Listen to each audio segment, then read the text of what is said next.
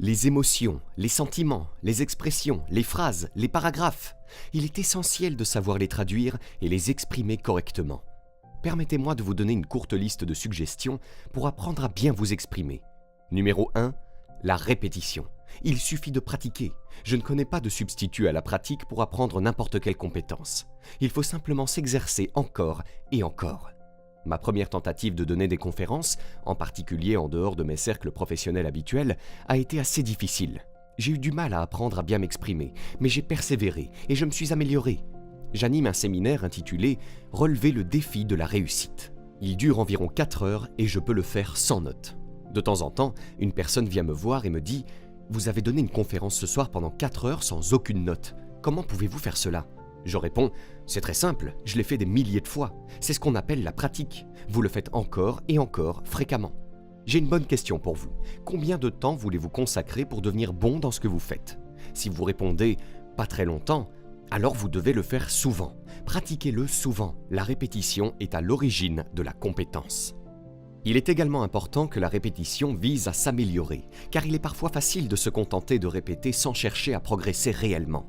Que dire de l'homme qui parle depuis 10 ans, mais qui fait les mêmes erreurs verbales qu'il y a 10 ans? Il y a 10 ans, il a dit « Je ne sais pas trop comment formuler cela ». 10 ans plus tard, il dit « Je ne sais pas trop comment le dire ». Nous lui disons « 10 ans, c'est trop long pour ne pas savoir comment le présenter. Nous pouvons vous accorder 10 heures pour ne pas savoir comment l'exprimer. Vous pouvez pousser notre patience et prendre 10 jours pour ne pas savoir comment l'exprimer. Mais nous ne pouvons pas vous donner 10 ans. 10 ans, c'est trop long pour ne pas faire suffisamment de progrès dans l'amélioration des compétences linguistiques. » Donc, la répétition avec un objectif précis. L'objectif est de grandir et de changer, de se développer, de s'étendre, de faire des progrès. Voici d'autres éléments qui permettent de bien s'exprimer. La sincérité du cœur avec une intention noble, le souhait d'apporter de la valeur. Cela ajoute énormément à votre capacité à bien parler, à bien communiquer. Il n'y a pas de substitut à la sincérité. Je peux vous pardonner une erreur de jugement, mais je ne peux pas vous pardonner une erreur d'intention. L'autre élément clé pour bien s'exprimer est la brièveté. Une partie de la clé est d'être bref. Vous ne pouvez pas vous attarder trop longtemps. J'ai découvert, au cours de mes conférences et de mes interventions dans le monde entier, que vous ne pouvez pas vous attarder trop longtemps sur un point donné. J'avais l'habitude de raconter des histoires trop longues, interminables. Je m'impliquais dans une longue histoire qui n'en finissait pas. Lorsque j'arrivais à la chute, les gens oubliaient le début de l'histoire. Maintenant, ça n'a plus de sens, c'est trop long. Voici pourquoi la brièveté est importante. La durée d'attention humaine est courte. Vous n'avez pas beaucoup de temps pour tout dire avant de perdre votre public. Parfois, nous essayons de compenser par des mots ce qui nous manque en termes de confiance en soi. La clé de la brièveté réside donc en partie dans le développement personnel, l'épanouissement personnel, la prise de conscience personnelle, la compréhension de sa propre valeur. Vous pouvez maintenant utiliser l'économie de mots, et c'est une bonne chose. Ce que vous êtes ajoute tellement de poids à ce que vous dites que vous n'avez pas besoin d'en dire beaucoup. Ensuite, il y a le style, qui comporte toutes sortes d'éléments, depuis le langage corporel et les gestes jusqu'aux expressions faciales, aux yeux et aux émotions. Mais le style est très important. Voici une partie de l'astuce. Ce n'est pas seulement le sujet que vous traitez, c'est aussi la manière dont vous le traitez. Le style est important pour attirer l'attention de quelqu'un et pour mettre l'accent sur le sujet. J'ai quelques bonnes remarques à faire sur le style. Étudiez le style, mais ne vous contentez pas de copier le style de quelqu'un. Veillez à ce que l'étude du style devienne distinctement la vôtre. Mais il est également important d'étudier la façon dont les gens s'expriment. Étudiez cela, puis empruntez des éléments aux personnes que vous admirez et à leur façon de communiquer. Vous veillerez alors à ce que tout cela se fonde en vous et devienne votre propre style. Le style est très important. Il existe une grande variété de styles, mais il est important d'étudier son propre style et de se demander « Comment est-ce que je me présente dans mon style ? Devrais-je apprendre à mettre plus d'emphase ? Devrais-je apprendre à être plus emphatique ?» Toutes ces choses concernent le style. Vient ensuite le vocabulaire. Pour bien s'exprimer, il faut bien choisir les mots. Pour enrichir mon vocabulaire, j'avais l'habitude de mettre 3 ou 4 mots que je ne connaissais pas sur une carte que j'accrochais au pare-soleil de ma voiture. À l'époque, je voyageais beaucoup en voiture. À la fin de la journée, je maîtrisais 2 ou 3 mots. Le vocabulaire est une façon de voir. L'une des raisons d'être du vocabulaire est d'interpréter ce que nous voyons, d'interpréter ce que nous entendons. Le vocabulaire de l'esprit s'attaque aux mots et aux images qui nous viennent à l'esprit. Or, si vous ne disposez pas d'un ensemble de mots, de compétences et d'outils suffisants pour interpréter, vous pouvez imaginer les erreurs et les fautes que vous commettrez dans votre jugement. Et comme le vocabulaire est une façon de voir, si vous ne voyez pas bien, vous pouvez imaginer les erreurs que vous pouvez commettre et comment elles s'aggravent au fil de la vie. Avec le vocabulaire, nous faisons deux choses. Nous interprétons et nous exprimons. Les mots que nous possédons sont les seuls mots dont nous disposons. Les mots que nous connaissons sont les seuls outils dont nous disposons. La priorité est d'interpréter ce qui se passe, d'interpréter ce qui est dit et d'exprimer son cœur et son esprit. Maintenant, si vous ne pouvez pas bien interpréter et si vous ne pouvez pas bien exprimer, vous pouvez imaginer à quel point c'est un obstacle à la bonne vie et aux trésors supplémentaires, aux sentiments supplémentaires, à la conscience, aux richesses, au pouvoir, à l'influence. Il est donc très important d'avoir un bon vocabulaire. Alors, je vous le demande, l'un des livres les plus importants de votre bibliothèque devrait être le dictionnaire. Maintenant, voici la dernière partie sur la façon de bien le dire. N'oubliez pas de le dire, pratiquez l'art à chaque fois que vous en avez l'occasion et essayez de bien le dire. Il est facile d'être paresseux en langue toute la journée et de ne pas pratiquer le don et l'art. Alors, quand vient le moment de faire un discours important, de s'adresser à un enfant, il nous manque les mots, la finesse et le vocabulaire, simplement parce que nous n'avons pas l'habitude de le faire tous les jours. Si vous voulez devenir bon en communication, vous devez être conscient de vous entraîner chaque jour pour vous améliorer afin que, lorsque les occasions importantes se présenteront, vous ayez le don, le style, l'acuité, la clarté, la substance et l'émotion. J'ai une phrase clé pour vous. Les actes ne remplacent pas les mots. Ne manquez pas de le dire maintenant. Nous avons entendu la vieille expression « les mots ne remplacent pas les actes ». C'est vrai, parler, parler, ne jamais agir, ce n'est pas bon. Mais ce n'est pas bon non plus, agir, agir, agir et ne jamais parler. Nous devons être doués de paroles si nous voulons profiter de tous les trésors de la vie. Alors pratiquez à chaque occasion qui se présente et mettez le don des mots au travail pour accompagner l'activité. Vous commencerez à ressentir une excitation croissante à l'idée d'utiliser le langage pour toucher quelqu'un, pour traduire les sentiments du cœur et de l'esprit, et la réponse que vous obtiendrez, ainsi que les résultats que vous obtiendrez, commenceront à croître en quantité mesurable. Je vous demande simplement de prendre le temps de vous engager dans ces arts et ces pratiques, le don du langage, la communication qui affecte les gens en lisant des mots. Voici la troisième étape d'une bonne communication, lire son public. Il est très important de lire et de capter les signaux de ce qui se passe dans votre auditoire. Lorsque j'ai commencé à donner des conférences en dehors de mes cercles d'affaires, j'ai eu quelques difficultés à lire mon public. Je pense que mes premiers auditeurs auraient tous pu partir au milieu de la conférence et je ne m'en serais jamais rendu compte. J'étais tellement concentré sur ce que je disais que j'étais un peu inconscient de ce qui se passait à l'extérieur. Puis j'ai finalement appris à lever les yeux, à regarder et à voir ce qui se passe. C'est ce que nous appelons lire ce qui se passe. Il est tout aussi important de lire une personne, de lire un enfant. Si vous voulez être efficace, vous devez recevoir des informations en retour. Vous devez capter les signaux, savoir s'il faut être plus fort ou se calmer, changer d'histoire, changer de mots, changer de langage.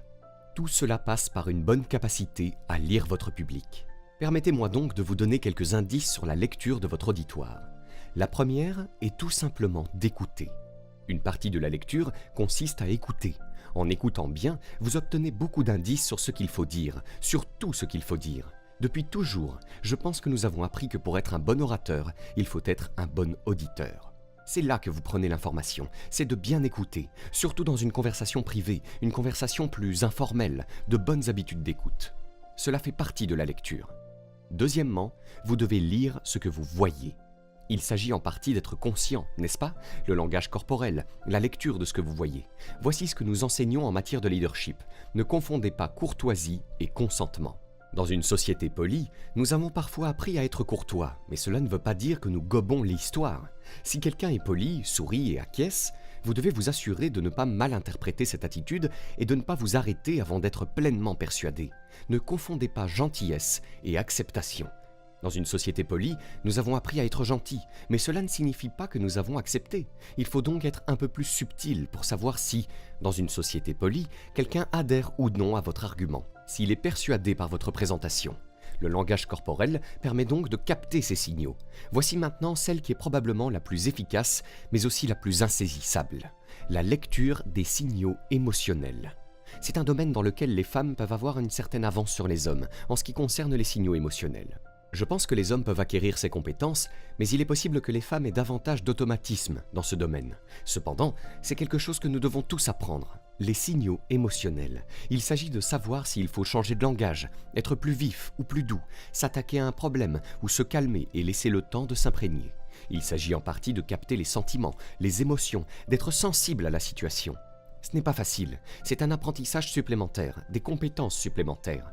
Mais c'est ce que l'on appelle l'apprentissage au sommet pour ces mesures supplémentaires de récompense qui découlent de la communication en acquérant ces compétences supplémentaires. Troisièmement, et c'est très important, lisez votre public. Comment vous sentez-vous? Quel est l'effet produit par un enfant dans un auditorium rempli de personnes? Voici la quatrième étape d'une bonne communication, l'intensité. C'est ici que commence le pouvoir de ce que nous disons. Une partie de la force de ce que nous disons réside dans les mots que nous choisissons. La plus grande partie de la force de ce que nous disons réside dans les émotions qui sont chargées dans les mots. Voici ce qui a du pouvoir, des mots incomparables, chargés d'émotions. Il n'y a pas de plus grand pouvoir. Les mots ont un effet, mais les mots chargés d'émotions ont un effet incroyable. Mes mots peuvent vous atteindre, mais si je ne peux pas vous toucher avec mon esprit, si je ne peux pas vous toucher avec mes émotions, mes sentiments, mes croyances, alors je ne vous ai probablement pas beaucoup touché. Les sentiments, les croyances, l'engagement, tout ce que je suis, si je peux mettre plus de ce que je suis dans ce que je dis, rien ne dit quel miracle je peux faire. Il n'y a rien à dire sur l'effet que je peux avoir. La véritable persuasion vient du fait que vous vous mettez dans ce que vous dites. Mais voici maintenant une partie de l'indice, que nous appelons le raffinement supplémentaire des compétences de leadership. Apprendre à mesurer ses émotions. Il est très important d'apprendre à mesurer ses émotions. Vous n'avez pas besoin d'une explosion atomique pour un point mineur. Il suffit d'en faire assez, mais pas trop. Nous appelons cela comprendre comment mesurer le flux de vos émotions pour couvrir un point. D'accord? Mais s'il faut un poids lourd, vous allez le chercher. S'il s'agit d'une approche plus douce, vous apprenez à la mesurer en termes plus doux et plus faciles. Mais il est très important de mesurer vos émotions, vos sentiments. Qu'entendons-nous par intensité et par émotion? Il s'agit ici de l'ensemble de vos expériences et de la manière dont elles vous ont affecté. C'est la somme totale de votre contenu émotionnel. Où vous êtes allé, ce que vous avez entendu, ce que vous avez vu, qui vous avez rencontré et tout ce panorama d'expériences de vie jusqu'à présent et comment vous avez ressenti tout cela. Voilà ce que nous appelons la somme totale de vos émotions. Il est maintenant question d'apprendre à quantifier tout cela et à l'exprimer efficacement dans les mots que vous choisissez. Voici donc la clé d'une communication efficace. Des mots bien choisis, porteurs d'émotions soigneusement mesurées. L'élément suivant d'une bonne présentation est ce que nous nommons la logique et la raison. Que vous tentiez de persuader un enfant, de vous adresser à un enfant ou à un public, ou que vous essayiez de parler à un client, une partie de toute présentation est la partie logique. Les faits, les chiffres, les nombres et les dimensions.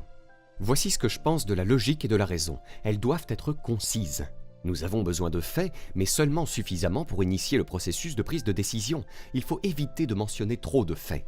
Je suis sûr que nous avons tous entendu l'expression « il est possible de convaincre quelqu'un d'acheter » et en continuant à parler, de le dissuader d'acheter. C'est là que le problème se pose généralement. Même avec un enfant, il est possible de le convaincre de prendre une décision, puis de continuer à parler, et enfin il devient indécis.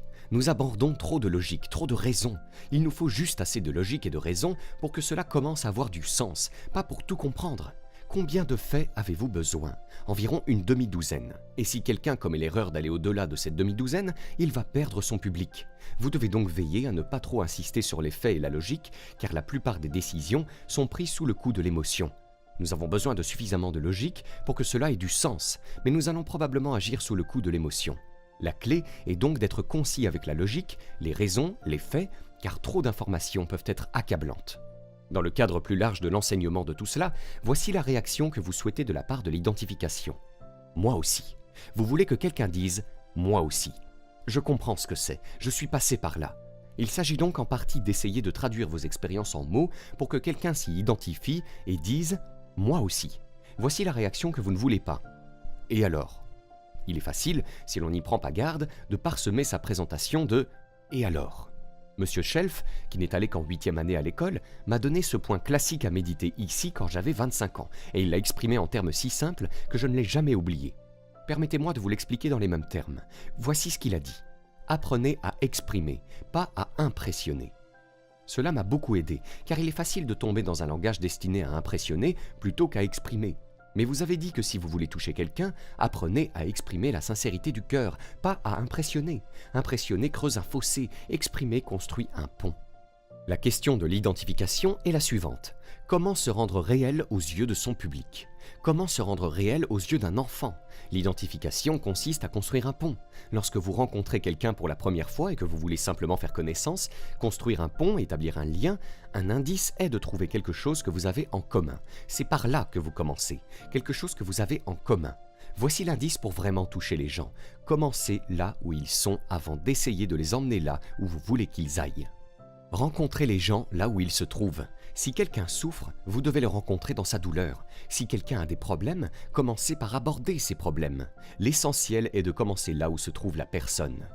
Vous ne pouvez pas parler de réussite si quelqu'un est en difficulté. Il faut d'abord parler des problèmes afin que, lorsqu'une personne est touchée au plus profond d'elle-même et que vous avez eu une expérience similaire, peut-être pas aussi intense, mais ressemblant à une expérience de profonde émotion, vous puissiez parler de cette expérience avec sincérité, et cela aura de la substance, du sens et de la profondeur. Vous commencerez alors à construire le pont et le chemin vers la résolution de l'identification du problème. Comment s'identifier à un enfant ? C'est difficile. Et si l'adulte a 40 ans et l'enfant 12 ans, nous appelons cela un long pont.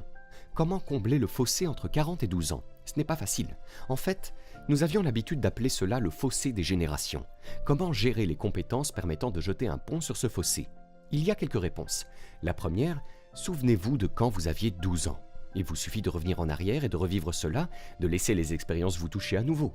Laissez-les vous affecter et vous blesser, car pour vraiment toucher les gens, vous devez être ému et touché. Sans être ému et touché par les expériences de la vie, quelles que soient les émotions qu'elles requièrent, certaines personnes resteront inaccessibles. Voici une autre méthode essentielle pour créer du lien avec les enfants. Lisez les livres qu'ils lisent. C'est une façon de faire ses devoirs. Le manque de connaissances se ressent autant sur le marché qu'à la maison. Informez-vous sur les livres qu'un enfant a lus et lisez-les également. Un des meilleurs moyens de se connecter est à travers les histoires. Dites à l'enfant « Te souviens-tu de l'histoire où… » Il sera immédiatement impressionné par votre implication et l'enfant s'étonnera « Tu as lu ce livre ?» Répondez-lui « Oui, j'ai lu tous ces livres. » L'enfant s'exclamera « Waouh !» et réalisera alors que vous partagez une vision commune issue du livre. Cependant, si vous négligez cette lecture et ne faites pas vos devoirs, vous manquerez une occasion précieuse de vous identifier à l'enfant. Voici le grand défi, s'identifier à quelqu'un qui est différent de vous en termes de couleur, de religion ou de circonstances. Comment une personne qui a réussi peut-elle atteindre et toucher quelqu'un qui n'a pas réussi? Tout d'abord, elle doit parler de son combat et non de son succès. Laissez-moi vous donner un indice pour bien s'identifier. Votre lutte sera plus souvent identifiée que votre succès. Si vous avez 1 heure pour parler et que vous passez 50 minutes sur votre réussite, nous appelons cela creuser un gouffre, pas construire un pont. Vous devez consacrer la majeure partie de votre temps à parler de votre lutte, de vos peurs, de vos appréhensions, des moments où vous avez hésité, où vous étiez sur le point d'abandonner. Il faut y consacrer du temps. C'est ce qu'on appelle l'identification et la construction d'un pont.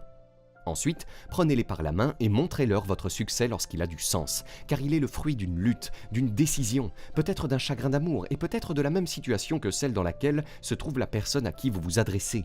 L'identification, qu'est-ce qui vous rend réel? Une partie importante de l'identification est le choix des mots. Un jour, Jésus a dit à ses disciples « Aujourd'hui, je vais vous apprendre à pêcher ». Quel choix de mots important! Le poisson. À qui s'adresse-t-il? Aux pêcheurs. C'est ce que nous appelons être brillant. Il n'a pas dit « je vais vous apprendre à recruter ».